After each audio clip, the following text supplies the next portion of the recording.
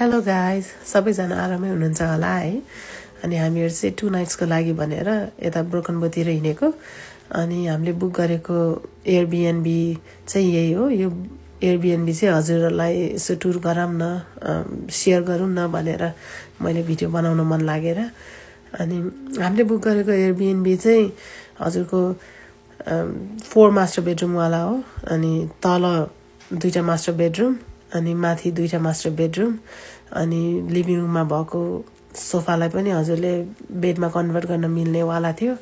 अनि यो तल एकदम ओपन स्पेस है, एकदम ओपन स्पेस यति राम्रो थियो।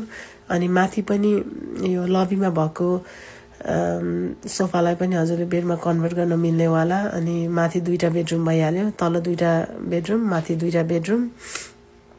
अनि बच्चाहरू त यति रमाए। हामी चाहिँ फेरि आउँदा पनि अलिकति ढिलो नै भयो, अलि रात पर्न थालिहाल्यो।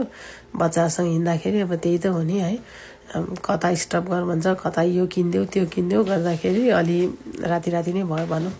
अनि तर जस यता आएपछि चाहिँ बच्चाहरू यति रमाए। घर यो बुक गरेको घर देख्दाखेरि तिनीहरू त खुसीले खुट्टा ठाउँमै थिएन।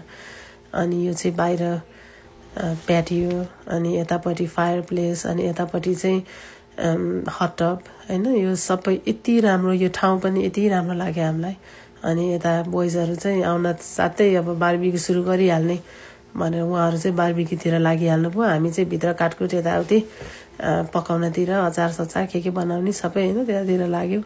अनि बच्चाहरू चाहिँ आउन साथै हट टब देख्न साथै हामी चाहिँ अब टबमा छिर्यौँ भनेर यिनीहरू यति रमाइलो गऱ्यो। अनि खानासाना खायोभरि अब रातभरि, आज चाहिँ रातभरि सुतिँदैन, कोही पनि गीत गाएर बस्ने हो भनेर हेर्नु सबजना गीत गाउनतिर लागेछ है। मलाई चाहिँ फेरि रुगा लागिहाल्यो है, मेरो नाकेश्वर माइन्ड नगर्नु होला है।